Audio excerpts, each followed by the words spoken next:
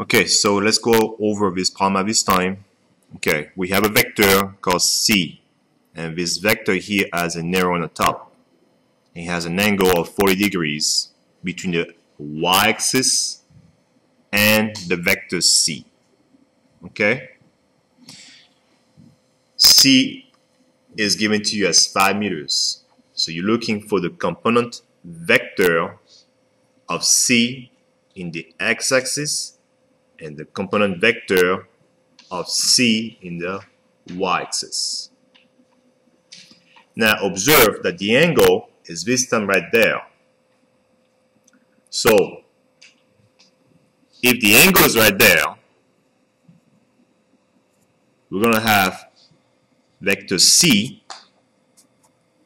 okay, and cosine of this angle. If we have, since we have this, then we're going to have vector C, the opposite of cosine, so which is going to be C sine of the angle.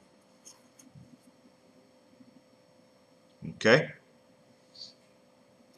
Now if we plug in numbers in there, so it's going to look like C is going to be 5. We're going to have cosine of 40. C is also 5, but this time it has sine of 40. Okay? Now we need to give them a name. Since this is in the x-axis, you need to call this one C of x.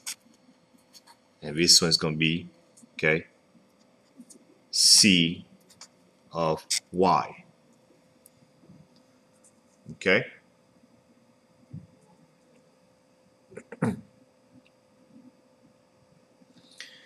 If we use a calculator, then we're going to have, see here, 5 cosine of 40, 3.83.